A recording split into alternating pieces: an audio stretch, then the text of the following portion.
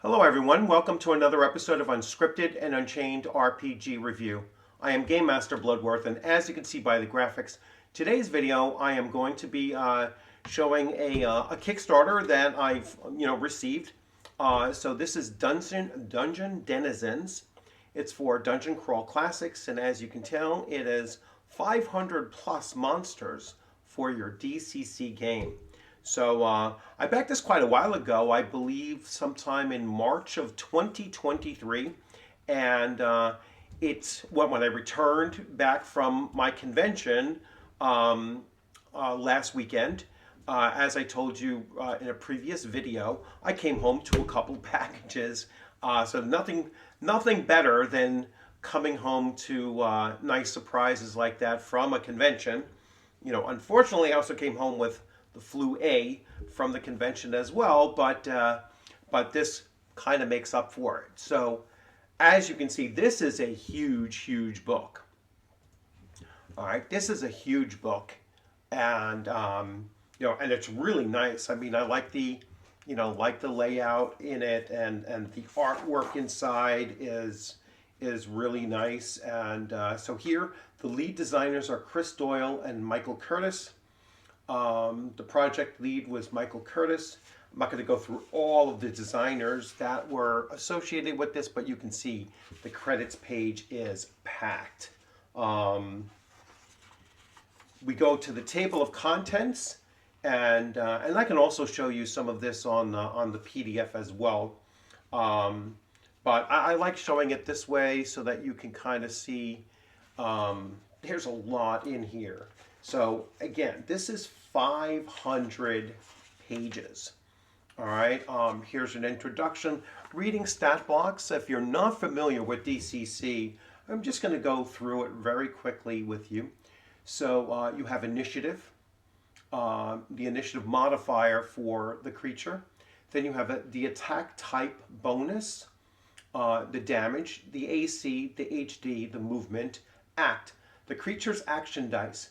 This is the number of dice the creature can roll on its initiative count to make attacks and sometimes perform special abilities such as spellcasting or other powers.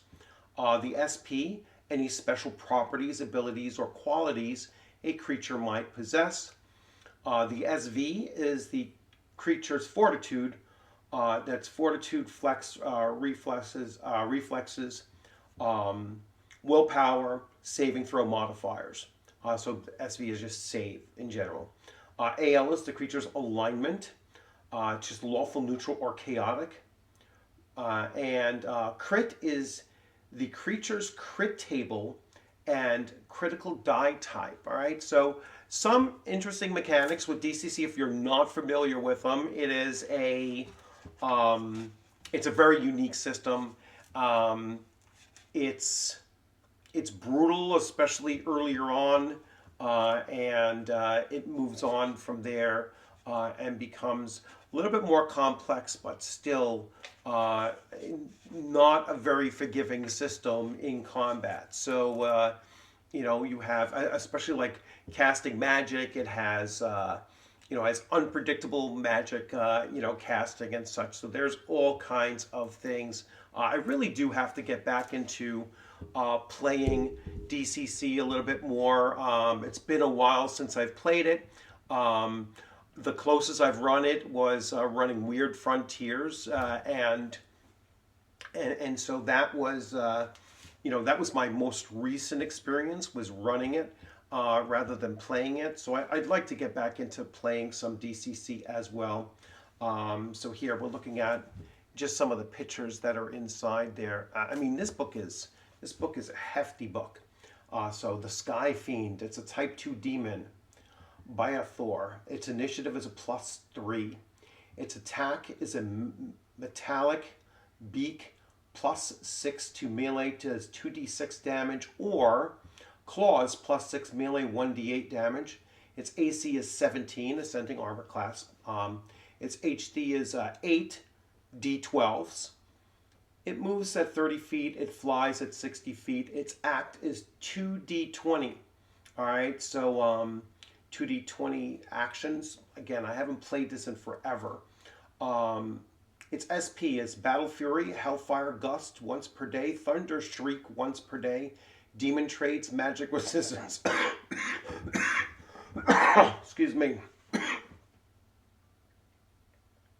Magic Resistance, all spells cast against Sky Fiend are subject to a 20% chance of failure before saves are rolled.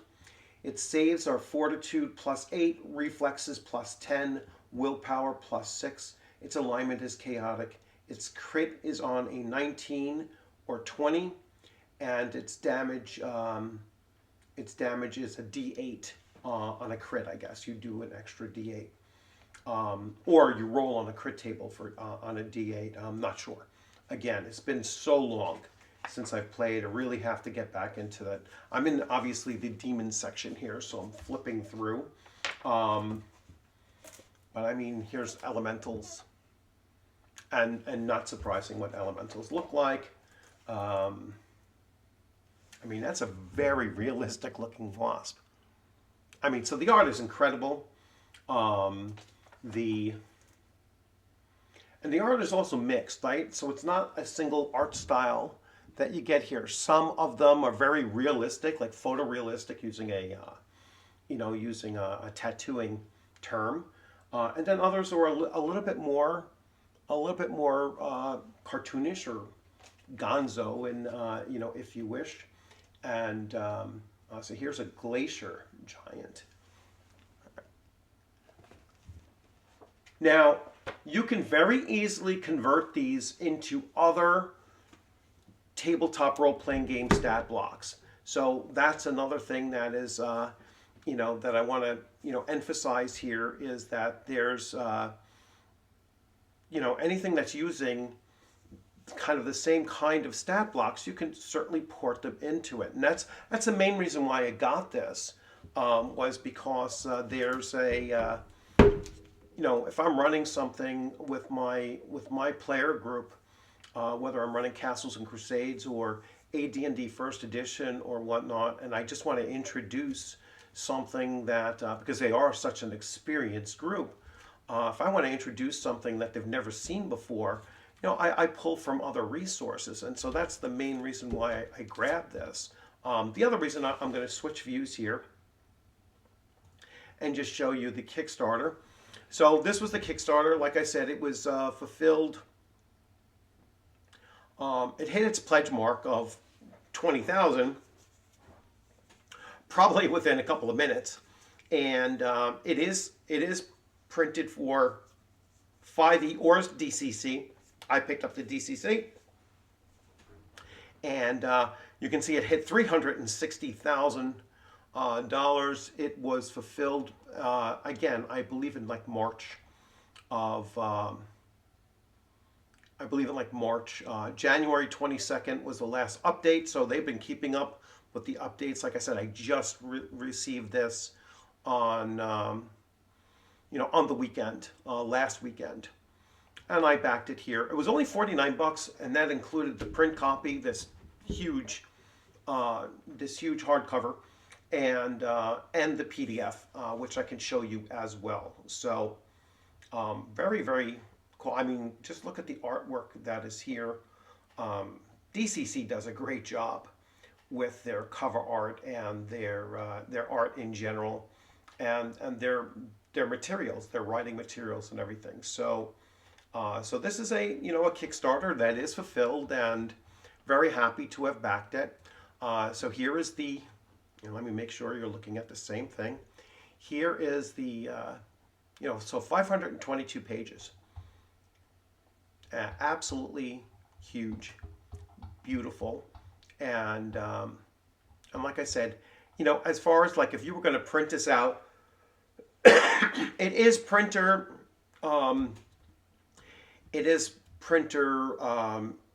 resource heavy, right? So if you are going to print this out, you can see it's not as bad as some I've seen, but you can see how much color and gray shading and everything that is going to come in, even though the print and the backing paper is not colored or too off colored. I'm hoping that would actually print out just on a flat white without trying to get that kind of ivory color in there. But you can see every creature or every page has some color art on it. So tons and tons of art in this, in this book. This is kind of the mimic, a mimic of a mimic, I guess. Animated objects. That's pretty cool. So they have a whole section on animated objects. So like I said, I mean, this is something that you can very easily port over. I'm going to switch views again.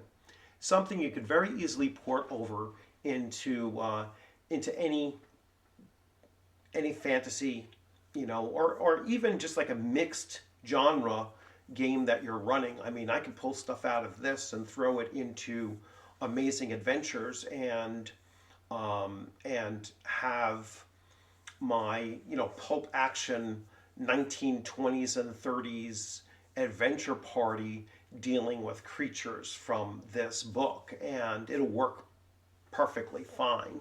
Now, some other things came with it as well. So there was the stretch goals pack, and I mean, nothing over the top here. It's like a newsletter that looks like a newspaper, and some additional monsters and such. Yeah, nothing to scream about. As far as the stretch goals are concerned, the book itself is an absolute gorgeous thing, and will certainly add that to my DCC collection that you see right there where my finger is pointing at, and and it is something that I probably will draw upon when I'm running some of my other campaigns, even if I don't get back to DCC anytime soon. So I hope you enjoyed this video. I know this is a pretty quick one. As always, I appreciate you stopping in, and if you hadn't subscribed, please consider subscribing. Leave your comments in the comments section if you also got this. Let me know how you're going to use this, whether you're using it straight up for your DCC campaign, or or if you're going to do, as I probably will, is pull creatures from here to put into your other games.